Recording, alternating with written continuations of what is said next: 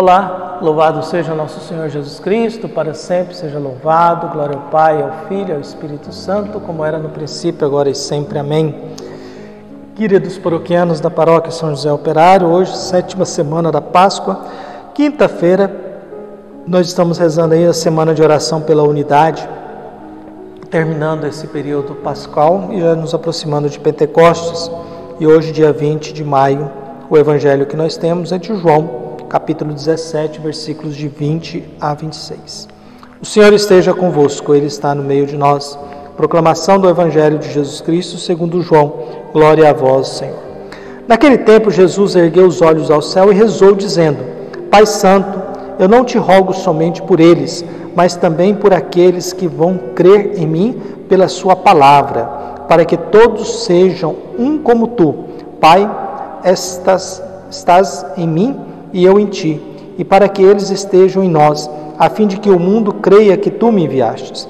Eu dei-lhes a glória que tu me destes, para que eles sejam um, como nós somos um, eu neles e tu em mim, para que assim eles cheguem à unidade perfeita e o mundo reconheça que tu me enviastes e os amastes como me amastes a mim. Pai, aqueles que me destes, quero que estejam comigo, onde eu estiver, para que eles contemplem a minha glória, glória que tu me destes, porque me amastes antes da fundação do universo. Pai justo, o mundo não te conheceu, mas eu te conheci, e estes também o conheceram, que tu me enviastes. Eu lhes fiz conhecer o teu nome, e o tornarei conhecido ainda mais, para que o amor com que me amastes esteja neles, e eu mesmo esteja neles. Palavra da salvação. Glória a vós, Senhor.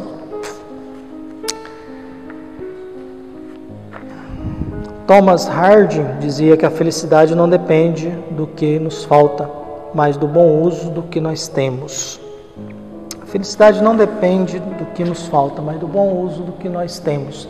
A gente tem duas felicidades que a gente diz, né? Uma felicidade que é aquela do consumo e a outra felicidade que é aquela da doação.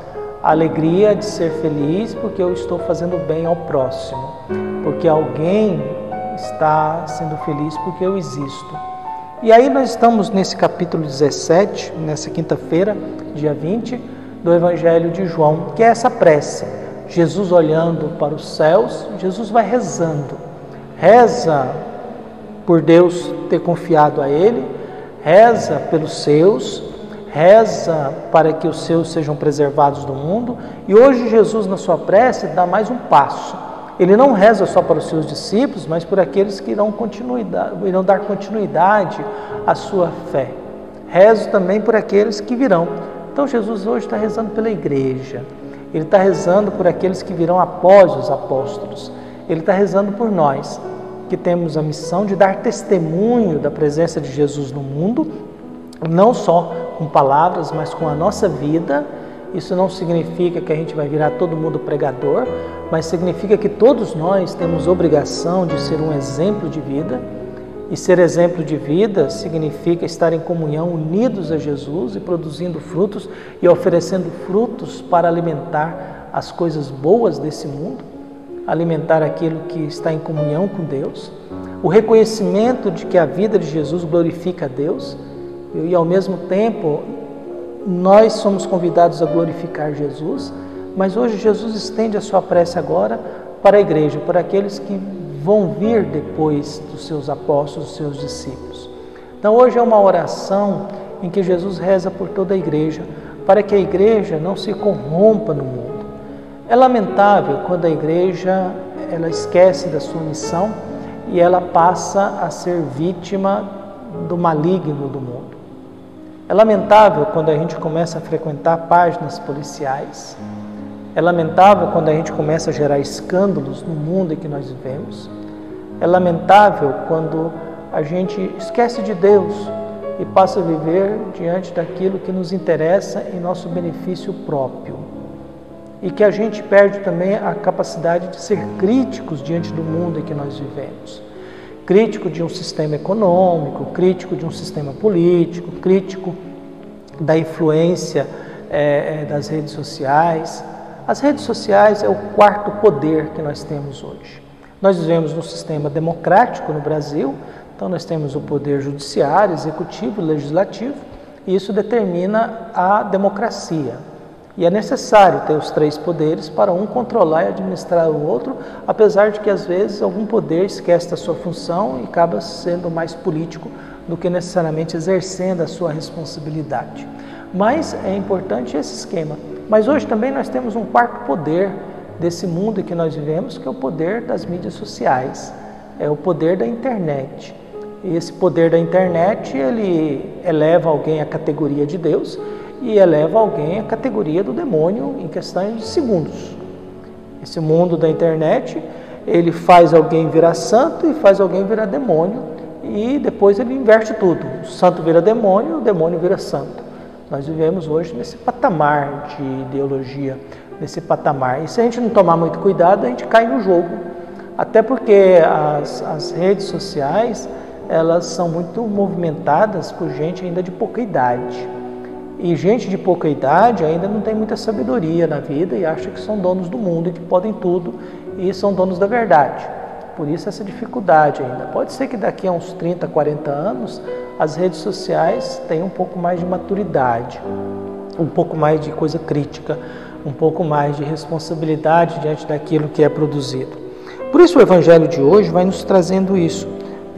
E tudo isso que Jesus está dizendo e falando é para que o mundo creia que Jesus é enviado por Deus e que os discípulos também estão aqui enviados por Deus, que pertencem a Deus, e ao mesmo tempo aqueles que virão depois também pertencem a Deus. E a vontade de Jesus em relação a isso é para que a gente não se perca, que a gente não deixe de ser pessoas humanas, que a gente continue nos alimentando daquilo que fortalece e nos dá uma identidade de filhos e filhas de Deus, que é puro amor. E porque é puro amor, a gente aprende a preservar a vida, cuidar uns dos outros, a gente aprende a se preocupar com o bem-estar do outro, a gente aprende a se colocar no coração de Deus, a gente aprende a abrir o nosso coração para as coisas que Deus quer. E a gente aprende a conhecer Deus. Mas conhecer Deus exige de cada um de nós renúncias. Conhecer Deus exige de cada um de nós uma disponibilidade para escutar o que Jesus tem. Por isso Jesus, na sua prece de despedida, ele tem uma preocupação muito grande com todos nós. Jesus tem uma preocupação muito grande com a gente, com a nossa vida, com a nossa história. E para quê? Para que a gente possa, movidos pela fé, acreditando nele, a gente possa dar testemunho nesse mundo daquilo que Deus realmente é. E é claro que para nós isso é muito difícil, porque às vezes tem muita coisa que a igreja diz que não significa nada. Tem muitas orações, tem muitas coisas aí que a gente vê, não significa nada.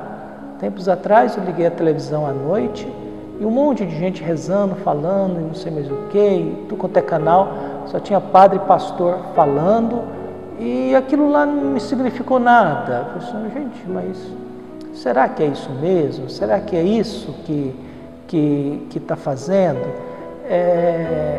Por que a gente reza tanto à noite e durante o dia há tanta maldade, há tanta mentira, há tanta fake news, há tanta violência? Existe um problema na fé hoje. Existe um problema da gente, uma distância entre aquilo que é o real que acontece com aquilo que a gente manifesta ou apresenta como modos de oração. Então, se você vê a quantidade à noite de pastores e padres e religiosos falando e rezando, e depois no decorrer do dia você não encontra frutos disso. Pode ser que tenha algum fruto, mas também pode ser que não representa nada. Pode ser que isso não seja uma oração frutuosa como essa de Jesus, em que Jesus, olhando para Deus, pede a Deus para cuidar de nós, pede a Deus por aqueles que virão depois, pede a Deus que não nos livre do maligno, pede a Deus que a gente seja presença nesse mundo, mas a gente dê testemunho da fé que nós temos nele, Para isso é necessário conhecer Jesus, é necessário se alimentar dele, e aí a nossa prece acaba buscando esses caminhos que Deus vai nos pedindo, que a gente, no mundo dessa oração, que a gente possa saber que Jesus hoje está rezando pela igreja. E a missão da igreja, dar o seu testemunho com a vida e com a palavra daquilo que a gente aprendeu de Jesus. Por isso a necessidade da oração, a necessidade da Eucaristia. Quando a gente faz uma retomada das atividades da igreja, a primeira coisa que a gente vai oferecer e oferece é missa. Depois a gente vai fazer encontros, reuniões, formação, mas a primeira coisa é missa, é Eucaristia. Uma igreja que precisa ser retomada, a igreja tem que recuperar isso, porque senão a gente fica muito em reuniões, e isso não altera a vida de muita gente, e a gente esquece que o fundamento da Eucaristia é missa. Depois da Eucaristia, a gente pensa em reunião, pensa em formação, pensa em encontro, mas antes não. Por isso, se a gente não recupera o valor da Eucaristia e da missa, da escuta da palavra de Deus, a gente corre o risco de ter uma fé vazia, que não significa nada, que não acrescenta nada, não altera nada. Que Deus nos alimente, reze, que Deus proteja a nossa igreja, a nossa paróquia e nos dê perseverança e coragem na fé. Assim seja, até a próxima. Tchau.